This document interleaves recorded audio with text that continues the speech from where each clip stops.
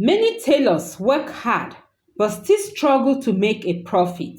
Why? Because they don't know how to set their price correctly. In this video, I will show you a simple formula to calculate your sewing cost and set prices that guarantees profit. Hi, you're welcome to McVivi Creations. So today we'll be looking at how to calculate the cost of sewing a dress and pricing strategies to maximize sewing business profits. Running a sewing business requires more than just sewing skills. You need to understand pricing to make profits. Many tailors and fashion designers struggle with pricing, either charging too low and making losses or too high and losing customers. In this video, you will learn how to calculate the cost of sewing a dress and the smart pricing strategies to maximize your profits. So now, let's get started. How to calculate the cost of sewing a dress? To set the right price for your sewing services, you must calculate the cost of sewing each dress accurately. Here is a step-by-step guide. Now, bear in mind that this video is also for bespoke tailors or those that are into ready to wear. So now, to calculate the cost of sewing a dress, you need to determine the cost of the materials you used. In the case of ready to wear, you need to consider the major fabric you used in making that dress, and in the case of bespoke tailor, you need to consider other things you use like lining, thread, zipper, and the rest. So in general, you consider the fabric if you're in ready to wear section, the fabrics such as the cotton, silk, chiffon, whatever you use in making the dress, you need to put that into consideration. The linings, the thread, zipper, interface or padding, whatever you use, accessories, appliques and all that, you should put that into consideration. So you have to know the price of each of these items, okay? So you write down the price of each of the materials, add up the total cost of all the materials. So now let's use this for example. If you sew a dress using, let's say, fabrics of 3 yards, which is 3,000 naira, lining 2 yards, 1,000 naira, zipper 500, thread 300, accessories 1,002. The total material cost would be 6,000 naira. So get ready with your pen as I'm saying this so that you can just follow the formula. Forget about the price or the amount of money I am calling here. It might be too small or whatever, but this is just how you should go about it. Just follow the formula, okay? So now you know the total cost of material used. The next thing is to add your labor, the cost of labor. I know a lot of people do this already, but don't worry, just keep watching. You would see where a lot of people miss it. Okay, so after you have written down the cost of material used, the next is your cost of labor. Like I said, a lot of people already know this, but don't worry, you will see where you are missing it out if you haven't been making profit in sewing.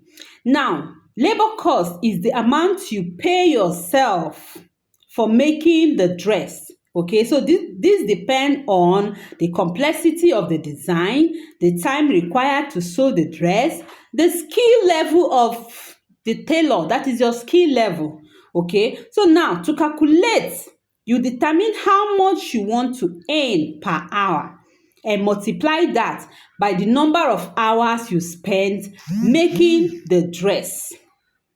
Okay, so now if you charge 1,005 per hour and it takes 5 hours to complete the dress, your labor cost will be 1,005 times 5, which is 7,500. So the next is to include your overhead costs. Okay, so overhead costs include expenses needed to run your business. Even if you work from home, you still need overhead costs.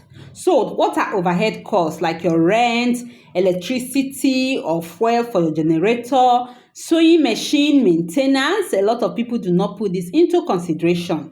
The needles, the scissors, the rulers, and other tools you use. Even the packaging materials you use. The internet and phone you use for checking styles or describing the style or even chatting up, with the customer if the customer is not there. All these things have to be put into consideration. So these are the overhead costs. Okay, so to calculate overhead costs per dress, what you simply do is this: add up all your monthly expenses.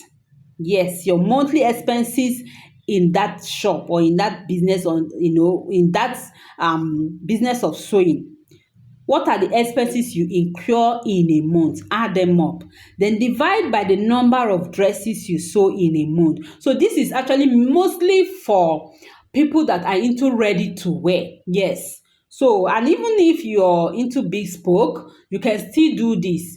You know how much you spend in a month on electricity bill or fuel for your generator to run that business and all that. Just add up everything. The scissors, even though maybe you are not buying scissors every day, yes, but at least you use your scissors, you use pressing iron, you use needles, and your sewing machine has to go for maintenance once in a while, so you have to include all that. Okay, now I want to give you an example. If your total monthly expenses is 50,000 naira and you sew 20 dresses monthly, your overhead cost per dress will be 50,000 divided by 20, that is 2,005. Okay, so the total expenses divided by the number of dresses you sew in a month, that will give you your overhead cost. Okay, so the fourth one now is add your profit margin. So some people, they think the money they added for labor is their profit. No, that is not your profit, and that is where a lot of people are missing it. Yes, a lot of people are missing out on this one. So you have to add up your profit margin. So what is your profit margin? Profit is the amount you add to cover your business growth and make earnings. So you can see that it is actually different from the labor. So a good profit margin is between 20% to 50%, depending on your brand and target customers. Now, to calculate this, add up the total costs. Remember the total cost we talked about initially, that is cost for materials, then the labor and overhead. Add this up. The initial calculation you did, which is the total cost of the materials you're going to use, that is the fabrics, the appliques, and the lining, padding, and all those things. You add it up, add the labor you're paying yourself. Remember how I showed you how to get your labor, then the overhead cost. Add all this up. By the time you add them up, multiply by your chosen profit percent. Let me give you example. If the total cost, which is materials plus labor plus overhead, is equals to 16,000 naira, then you decide to go for like 30% profit margin. So that will be 16,000 naira times 30. So you're multiplying it. Please, not divide. You are multiplying it. That is the total cost times the percentage you have chosen. So in this case, it will be 4,800 naira. That is 16,000 times 30%. That will be 4,800 naira. So your selling price now, remember, we are doing all this to determine the selling price of that particular dress. So the selling price will be 16,000 plus 8,400, which is equals to what? 20,800 naira.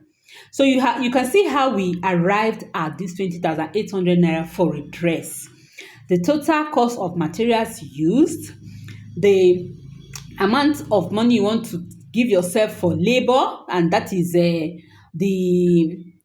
we've calculated that. Okay, then overhead cost, profit margin, you do all this, and you arrive at the price for a dress. In this way, you would not make any loss, and you will not be overcharging. Because if you just randomly choose a price or pick a price, you might be undercharging and you'll be making loss, or you might be overcharging and this would scare your customers away. Okay, so do this and you would be making profit. So other pricing strategies you can use is this to maximize profit.